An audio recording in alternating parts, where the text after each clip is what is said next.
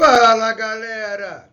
Estamos aí no canal Matemática é Fácil e Bio é Show! Dando continuidade à biologia, dando continuidade ao assunto citoquímica, né? Citoquímica quer dizer o quê? Química da célula.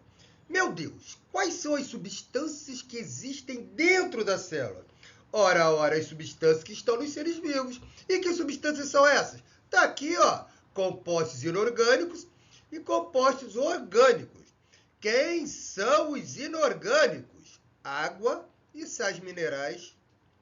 Quem são os orgânicos? Carboidratos, lipídios, proteínas, vitaminas. Vitaminas A, B, complexo B e por aí vai. Ácidos nucleicos, né? Já ouviram falar DNA, né? RNA? Pois é.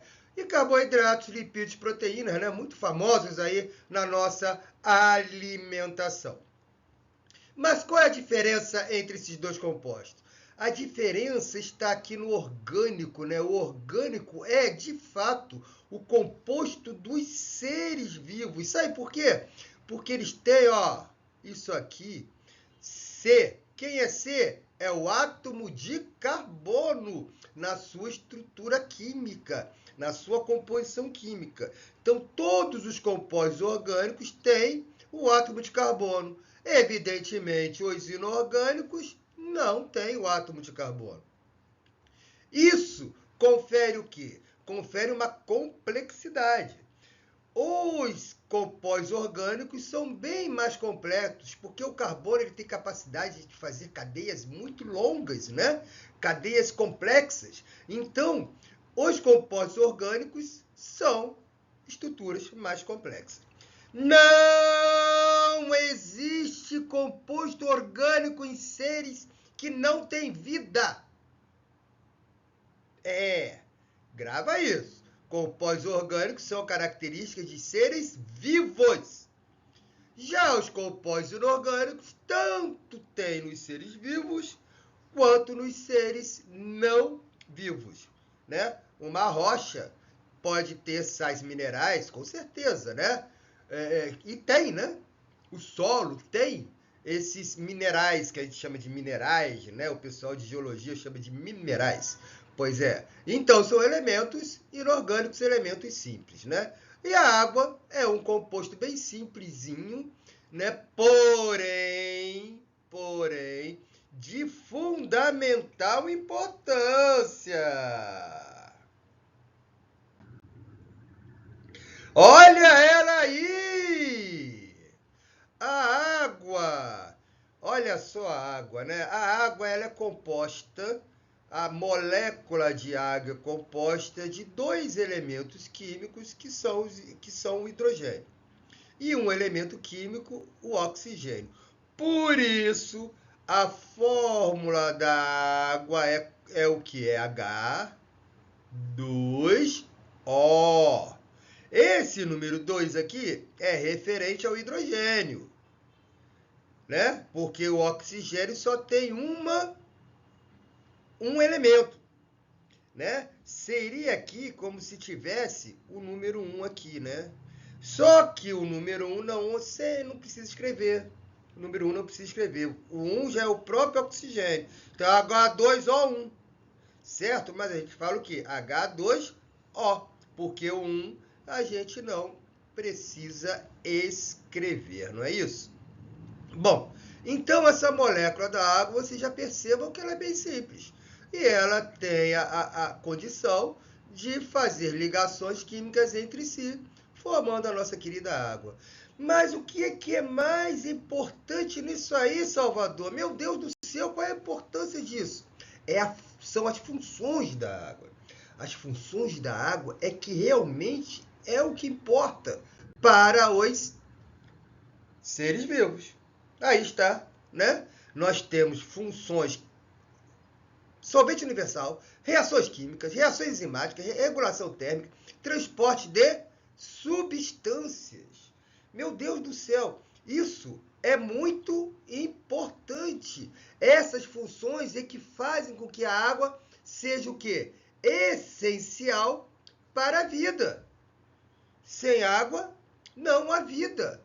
E essa relação está relacionada com isso aqui. Vamos entender rapidinho o que é cada um. Solvente universal.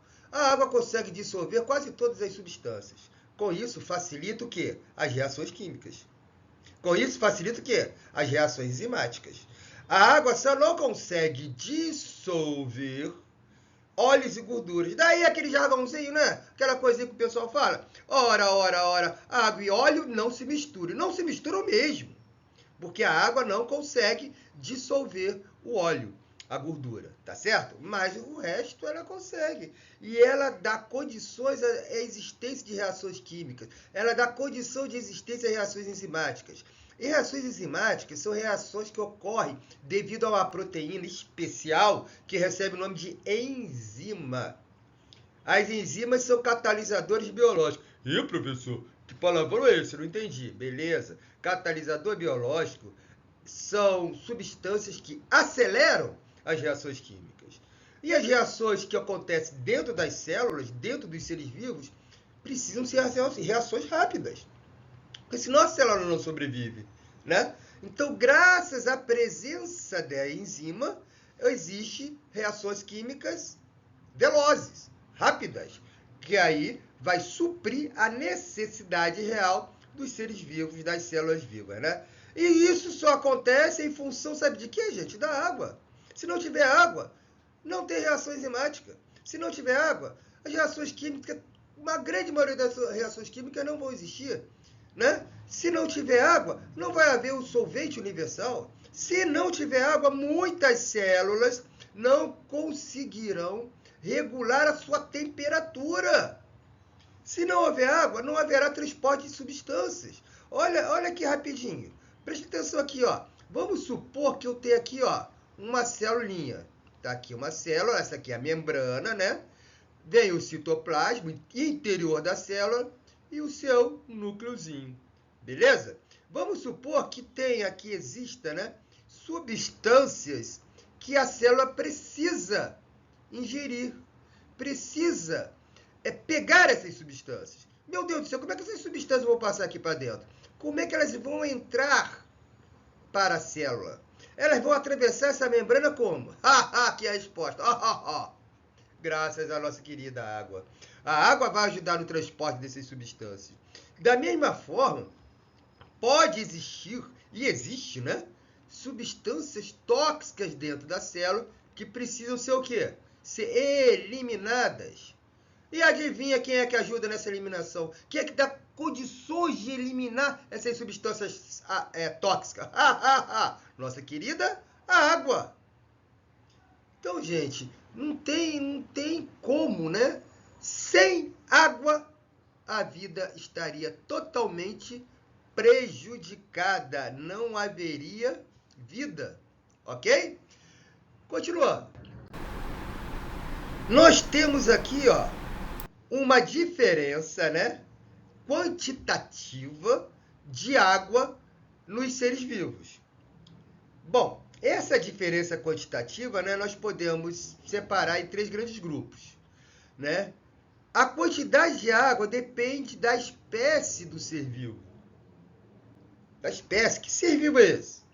Depende do tipo de célula, do tipo de tecido. E depende de quê? Da idade do ser vivo, né? Então, nós temos 3 imagens aqui que mostram isso aí, né? Então, nós temos aqui, ó, a importância da água, né, relacionada aqui com o ser humano. Vejam, percebam a diversidade de água dependendo da idade do ser vivo, da idade do ser humano, né? Vocês percebam que quanto mais novo, maior a quantidade de água.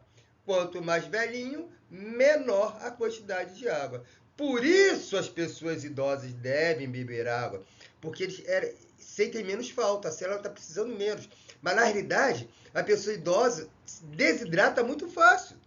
Então ela precisa toda hora estar bebendo uma aguinha, um golinho d'água, tá bom? Aqui vocês percebam, né, a diferença de quantitativa de água nas diversas células do ser humano, né? Você tem células como, por exemplo, as células musculares que precisam de bastante água. E você tem células ósseas que já precisam de menos água, né? Todas elas precisam, umas menos, outras mais. Essa é a quantidade, né? Ideal, mais ou menos ideal. E aqui você vê aqui nessa outra imagem, né? A diferença de água entre os seres vivos. Perceba esse carinha aqui, ó. Esse animalzinho aqui, ó. Ó, esse animalzinho aqui. Caraca, é muita água. Isso é uma medusa, né? Um exemplo comum de medusa, né, que quase todos conhecem, é a nossa querida água-viva. Olha o nome, água-viva. Tem águas vivas que chegam a ter 98% de água. E por que ela é viva? Porque ela é um ser vivo. Né? O nome é até interessante e o nome cabe, né? Água-viva. Né? Então, ó, grande quantidade de água, né? E vocês percebam aqui que dependendo da espécie, a quantidade, obviamente, vai variar. Belezinha, gente? Então, olha só, o que é de água para falar isso? Já já a gente está voltando com os sais minerais, né? Entender qual a função dos sais minerais. Valeu, galera? Um abraço, até já!